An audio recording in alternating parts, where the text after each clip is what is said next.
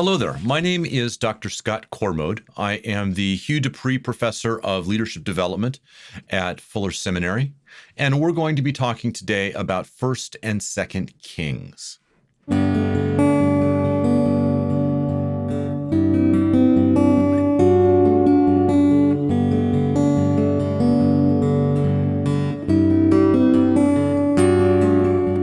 First Kings starts out by talking about Solomon.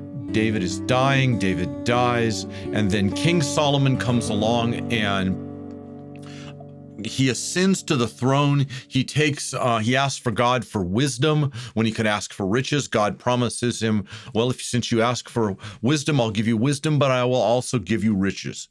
But over time, what happens with Solomon is he becomes distracted by wealth and by comfort. He's told repeatedly that if you walk in my ways and if you stay on my path, then I will never take away the throne from your family. The problem is that he eventually turns from that. And he turns from that because he becomes distracted by his wealth and by his comfort. One of the themes that comes up in 1st and 2nd Kings is this idea of women. And once upon a time, what would happen throughout most of Christian history is that people would look at 1st and 2nd Kings and they would blame the women for what was going on. So, for example, it wasn't Solomon who had turned from the path. It was Solomon's wives who had lured him away. Now, if you read it, what you discover is that it's really about his comfort and wealth that has turned him away. And it's really not the fact that he can blame these women because, well, over and over again, he was very, very clear about what God was calling him to do. He just simply became complacent. In the same way, they'll read the story of Ahab and they'll focus on Jezebel as the great antagonist for Elijah. And they'll talk about the ways in which she was the one that did all of these terrible things. So we have this history of misunderstanding, of taking away somehow Solomon wasn't responsible, his wives were. Ahab wasn't responsible, Jezebel was. And there was this way in which 1st and 2nd Kings has been read in such a way as to draw the lesson that you should not give women power. I want to suggest that is a misreading, not just of all of Scripture, but a misreading of 1st and 2nd Kings. And I want to point to a couple of different people that stories that play themselves out. Part of what happens is that the Elijah story is then mirrored in the Elisha story in a whole bunch of different ways. And 1st and 2nd Kings goes to great lengths to make you see that Elijah and Elisha are parallels. But one of them is the way in which they encountered women.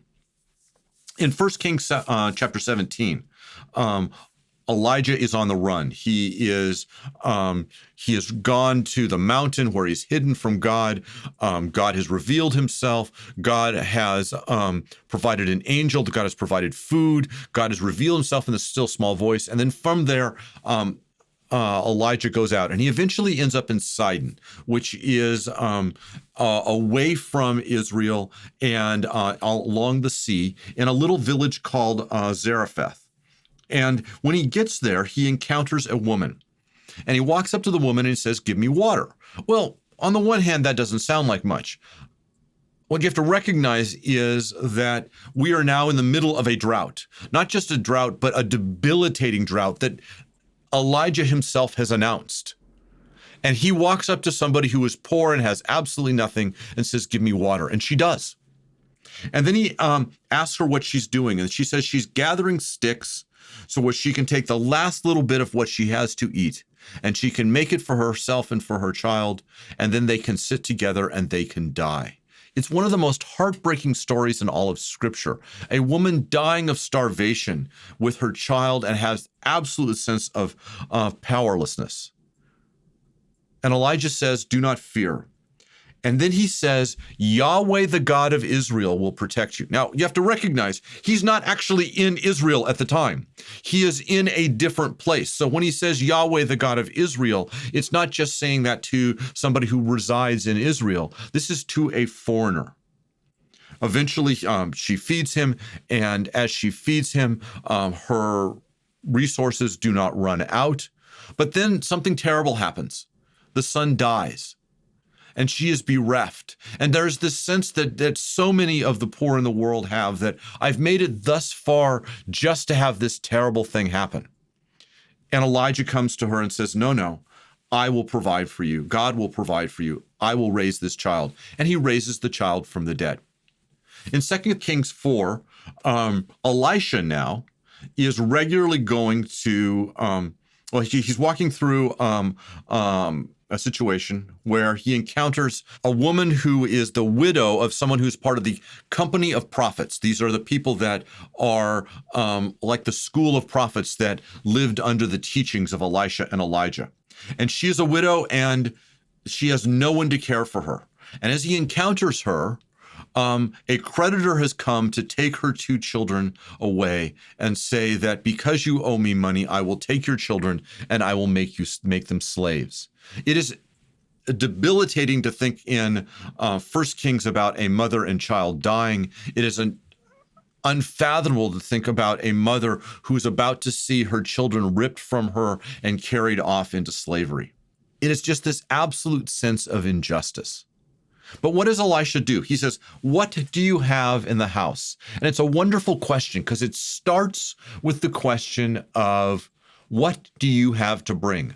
I'm not just going to care for you. I'm going to give you agency in being a part of whatever it is that God's going to do for you. And she says, well, all I have is 1 little jar of oil. So she contributes.